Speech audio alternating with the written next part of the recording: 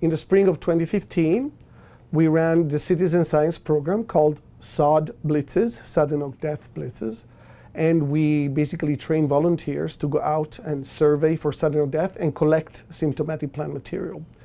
We had 19 blitzes throughout the state, all of them in the spring, most of them during the weekends. And we had 504 volunteers that signed up and participated.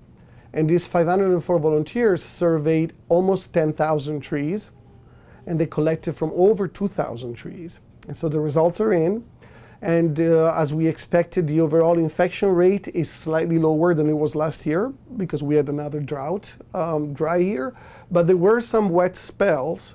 And so we think that these wet spells have actually helped the establishment of some new outbreaks. And among the new outbreaks, we have one on the west side of the UC Berkeley campus, which we never had before.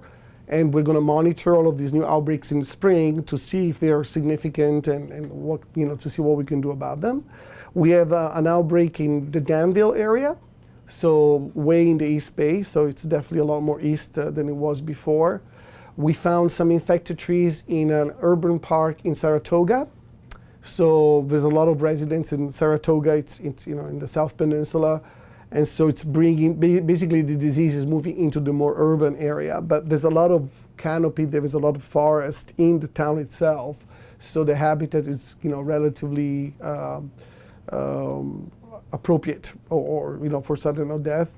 And we also found a few small outbreaks in the Carmel Valley closing in towards the bottom of the valley. So basically we've been monitoring movement of sudden death from the Santa Lucia Mountains into the Carmel Valley. And it's been very slow because it becomes really warm as you come down from the mountains into the Carmel Valley. But every year we kind of find a few little more outbreaks closing in into the more urban areas.